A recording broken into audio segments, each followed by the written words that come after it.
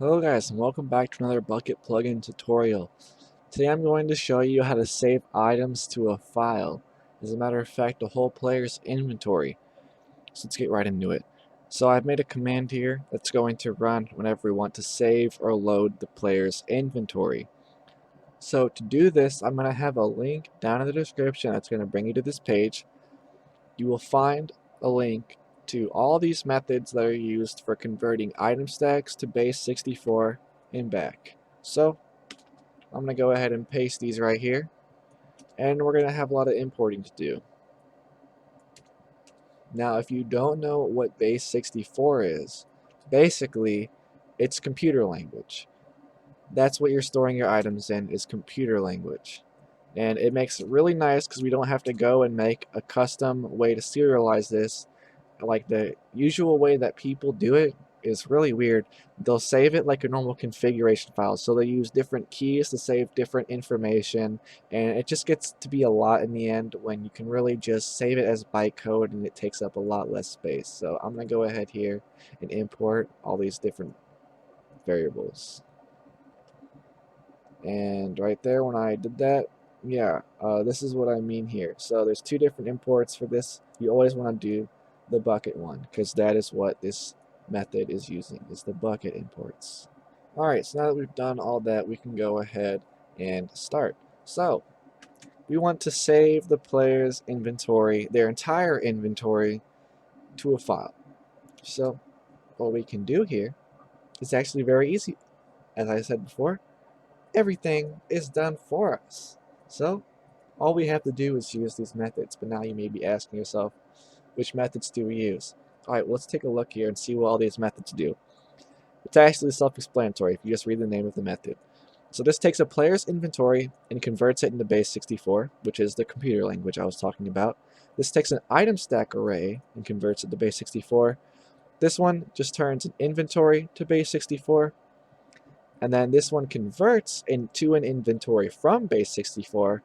And this one converts an item stack array from base 64 to an item stack array. Does that make sense? Alright, so let's get into it then.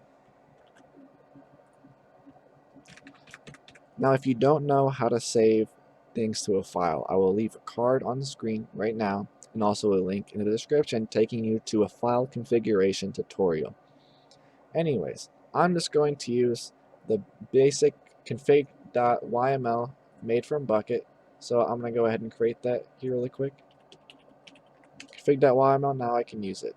Alright, nice. So what I'm going to do in here is I'm going to use this right here. Or you could use this one right here. Doesn't really matter, but I want to save the armor contents, which this method does not. So if a player is wearing armor, I want to save their armor too. So I'm going to use player inventory. Now player inventory is the same thing as inventory. It's just that this has armor slots and this doesn't. And I will show you how to get an instance of the player inventory versus inventory. So very, very simple. So the first thing I'm going to do is get an instance of the player.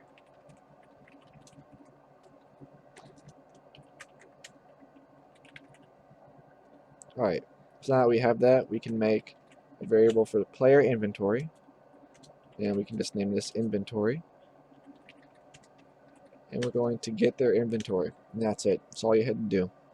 Same exact way as you get a normal inventory. So here, we can go ahead and use our method.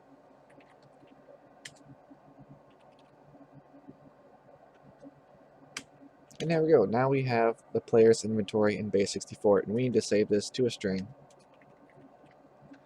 Alright, we're going to name this content. Yes, it is an array of strings because it gives us the content and armor content.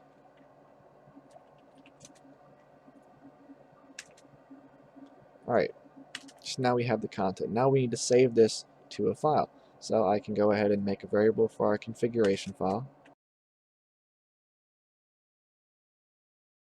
Alright, and now we're going to go ahead and set two fields, one for the content, the second for the armor content.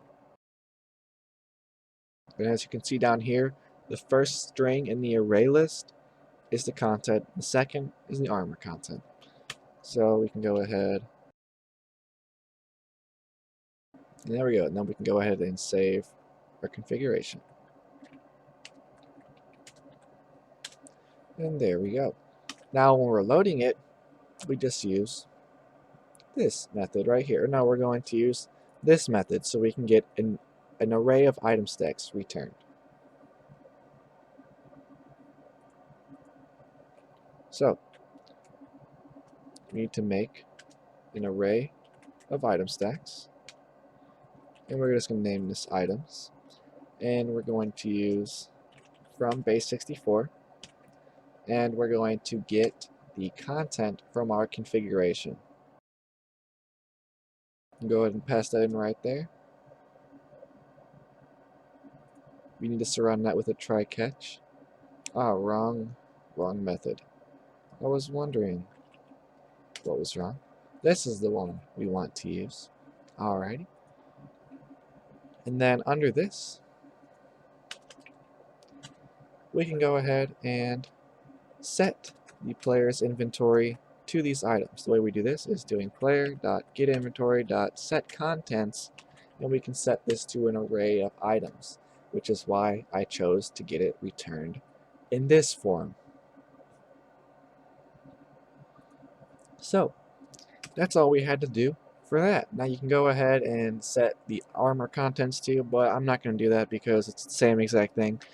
So I'm going to go ahead and I'm going to see you guys in the server. Alright guys, so as you can see here, I have an assortment of items in my inventory, including an enchanted tool and a custom book with text. So the question is, will all this information save? Well, yes. If I do, is that not the command I made? Oh yeah. Inventory save.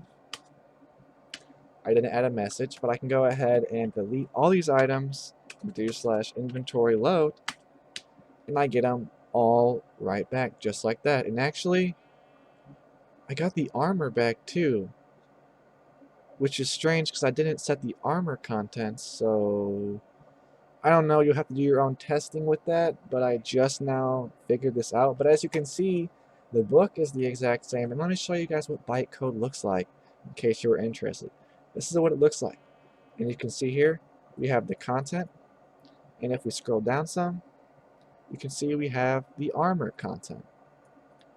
If you guys found this tutorial helpful, or you need to know any other basic things when it comes to Java or Bukkit plugin development, let me know down in the comments. And if I helped you out, make sure to leave a like, and I will see you in the next one. Goodbye. Nice! The mutt's nuts, in fact.